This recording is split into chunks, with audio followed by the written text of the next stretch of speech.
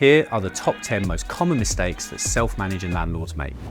So I've been doing this for 14 years, and I've been helping landlords conduct compliance audits of their tenancies for the last 4 or 5 years now. And here is a list that I've put together of the things that I most commonly see that landlords fall into the trap of getting wrong. So point number 1 is around permissions to let. Now there's a couple of things to consider here. Firstly, I've seen landlords who have let out what used to be their home that they live in, and they haven't gone to their mortgage lender to get permission to let, and they're still on a residential mortgage. Now this is a big problem, because if the mortgage lender found out, they could redeem the loan and force you to sell your property if you've been letting it without their permission. So that's a big one. So if you're a landlord who used to live in the property and hasn't changed that or updated the mortgage lender, definitely jump on that straight away. The second thing around consents is around leasehold properties. Now, I've actually got an example here of a landlord that was letting a flat who, in their lease agreement, there was a point that said they had to get permission from the freeholder to sublet. Now, because they didn't do this, when they actually found out that the flat was being let, they then refused that landlord to continue letting, and again, it meant that landlord had to sell their flat. Now, this was at a time when the market wasn't a seller's market, and they actually had to sell their flat for a much lower price than what they would have liked to. But of course they had no option because they weren't allowed to let it anymore. So if you've got a leasehold property that you're going to be letting out, don't fall into the trap of ignoring the terms of your lease. If you have to get permission, make sure you do so. It's normally a formality, but you definitely need to get that permission before you rent your property to a tenant. Point number 2 is around insurance and making sure that you've got adequate cover as a landlord and the right types of insurance that you need to feel safe and sleep peacefully at night. Now, there's a few things that you need to consider. Firstly, especially if you were living in the property and then you've decided to rent it out because you've moved on instead of sell it, you need to make sure you update your home insurance to a landlord specific policy, because if you don't, your home insurance as a residential property will not cover tenant damage, problems with tenants, having to rehouse the tenant if there's something that goes wrong with the property and it's no longer habitable, and it's going to cost you a lot of money because you didn't update that insurance policy. So that's number 1. That's my first top tip. Secondly, you have to consider rent and legal protection. If your tenant stops paying the rent, can you afford to go on for months? Bear in mind the average eviction takes anywhere between 6 and 12 months, depending on the case and what the situation is. Can you afford to go 6 to 12 months without rental income if you've got a mortgage to pay? Do you need to protect that rent? Legal protection. If you have to evict a tenant, can you afford £2,000 to £3,000 on court costs and bailiff costs and solicitors fees, as well as the loss of rent that you're likely experiencing that's led to the eviction in the first place? So you've really got to consider rent and legal protection.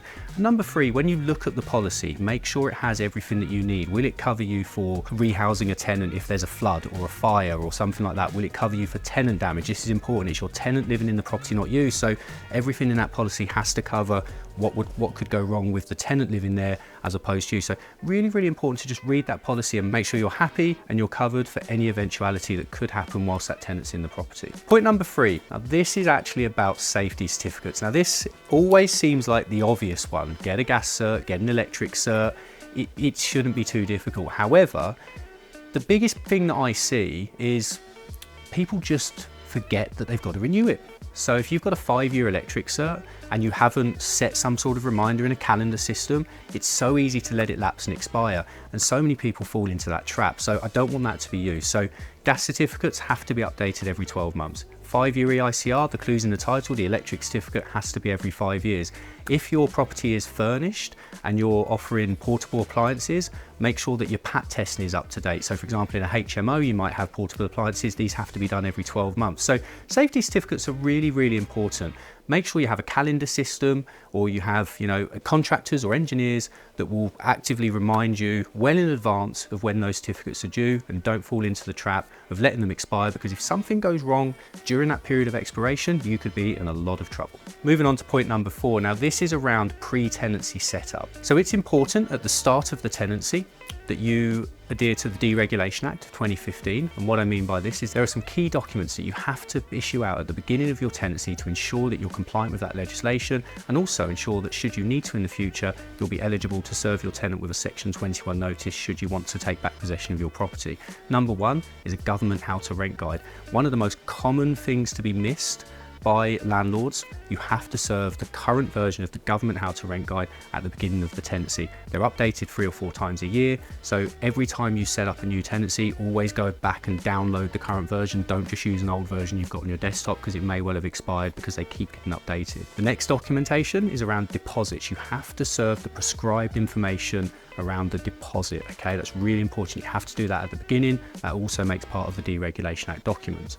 You also have to serve a valid energy performance certificate. The EPC rating has to be of an E or above, otherwise you're not allowed to let your property, but you have to serve a valid energy performance certificate of an E or above at the beginning of the tenancy. And finally, you also have to serve your gas certificate at the beginning of the tenancy to keep you compliant. Also, make sure you include a copy of the electric certificate and any other relevant information to that property. If it's a leasehold, you should also serve the head lease so that the tenant knows what terms in that lease they may have to adhere to as the occupier of that property. Moving on to point number 5, and this is around right to rent checks. So again, really common mistake that landlords make is not obtaining relevant identification for the tenant before they move into the property. So we have an obligation under the Immigration Act to ensure that all tenants have the right to reside in the UK, the right to rent your property. Now, what you need to obtain is going to differ depending on what nationality your tenant is.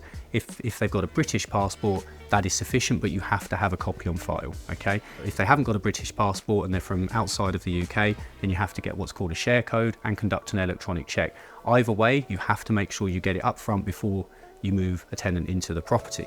So that was point 5, all around right to rent and the Immigration Act. Now, guys, if you are finding this content useful, if this information is handy for you, please take a minute to like and subscribe to my channel for more useful content just like this. Now we're going to talk about my next 5 points, and if you stick around till the end of this video, there's also going to be a special free gift for you all. Moving on, let's go to point number 6. Now this is around the deposit, specifically the registration of the deposit. Now, so many landlords over the years that I've gone through a compliance audit with, when I ask them how much deposit they hold, where is it registered, I get told so often that it's being held in a bank account and it hasn't been registered. So this is a big no-no, okay?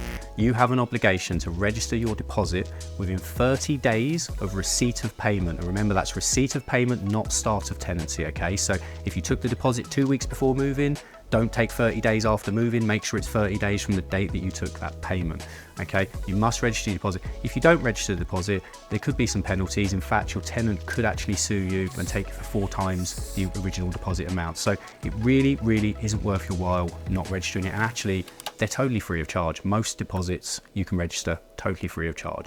Really easy, Google search. There's a few schemes out there and you can get that deposit registered for free. It's not worth the hassle of leaving it in a bank account. On to point 7, and this for me is a big one. Not conducting regular inspections. So tell me if this is you. You've had a tenant in the property for years, you haven't seen it for years, they've always paid their rent, you've always said, oh, my tenant's no hassle, they don't bother me, they keep paying their rent on time. But then when they finally decide to leave, you turn up at the property and you're absolutely shocked at the state of it, how it's been left, the amount of work that's needed, the fact that they didn't report anything during their time in the tenancy. Well, look, that's just one example as to why it's so important to do regular inspections. You want to make sure they're not mistreating the property. You want to make sure there's no outstanding maintenance that they haven't reported. But you also need to look for, things like, are the right people living in the property? Is there is it overcrowded? Have they moved in other family members? Are there other people you didn't know about? I hear of people that enter into a tenancy and they get stung because they're subletting it and they turn it into an illegal HMO. How many people have heard of cannabis grows that go on and all that sort of stuff? If you're not doing regular inspections, you'll never know about anything like that. So really important, don't make the mistake. Do regular inspections and ensure that you're happy and satisfied that your tenant is treating the property right, and also that your tenant's happy. Let's make sure your tenant's happy and you're looking after the property as you should. Moving on to point number 8, another big one. In fact, I think they're all big ones. They're all really important. Not conducting regular rent reviews. So here's the thing, especially in more recent times, over the last 4 years, property values, rental values have gone up by about 40 or so percent.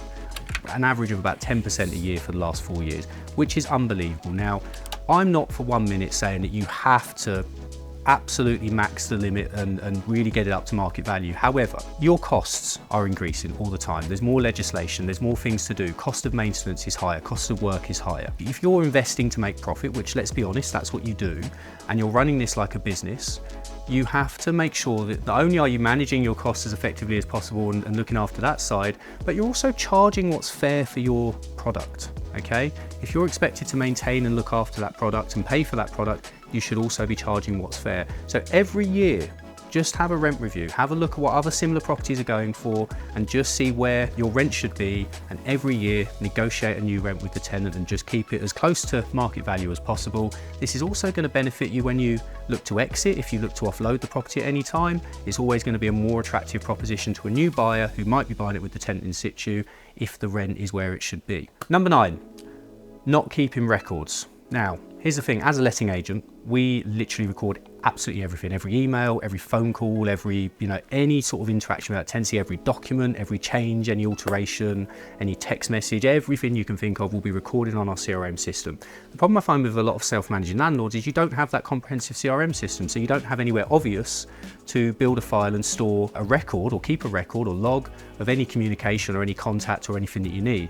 There's a couple of things around this. You have to keep a good tidy file with all your documents, including evidence that you've served the right stuff at the beginning, that you've updated whatever needs to be updated, you've got everything in writing with renewals and rent reviews and all the stuff that you've got to do. You need to keep a good tidy record. You also need to be registered with the ICO, the Information Commissioner's Office, because as a landlord, you are treated as a business from a GDPR point of view. Now, it's not a lot of money. It's an annual fee of around about 40 or so pounds. It's really easy to do.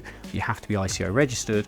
And number 2, and I'm going to use a quick example here. Let's say you've been trying to get access to do a gas certificate because your current one is due to expire, but your tenant isn't allowing access. They're making it difficult. Now, we all know that you cannot just go and force your way into that property. If you haven't got permission to enter, you cannot just go in there. So if your gas cert expires because you are struggling to obtain access through your tenant, you have to keep a log of all of your efforts, all of your communication trying to make that happen to cover yourself. If you don't make notes and keep a log and demonstrate that you've done everything that you need to do to try and be a compliant landlord, it could well come back to bite you further down the line. You have to cover yourself in every situation. So it's really, really important that you keep a log, a record, have a nice tidy file, you're ICO registered and compliant, and you keep a log of all communications.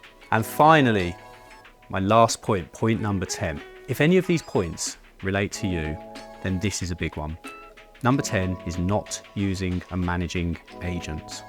Here's the thing, I ask self-managing landlords why, and they say to save money because they could do a better job themselves, or whatever the reason might be. The reality is, if their rents are low because they're not managing it, they're missing safety compliance, they've not done right to rent checks, they've not registered deposits. If you fall into any of those traps, you haven't really saved money at all, because the level of potential fine or prosecution or liability that's on you because you've done something wrong absolutely is not worth saving 10 or 12% to a managing agent. So I would urge you now to consider, if you did a compliance audit, where would you rank? Where would you score? And be honest, okay? And I'm going to help you with this. I'm going to give you a link to download my free compliance guide. It's literally a checkbox exercise. It will give you all of this information, ask you the questions, and you can go through it and do a complete compliance audit on your tenancy. Okay, it's free of charge. Click the link, download it, and you can do a compliance audit. I'm going to urge you to consider, if you fail in any of these areas, why aren't you using a managing agent? And that is all from me. So guys, I really, really hope that you found this content useful and the information helpful. Don't forget to download that free compliance guide and conduct an audit of your tenancies right away. And again, if you really did find this useful and you like this content, please like and subscribe to my channel, and I hope to see you in the next video.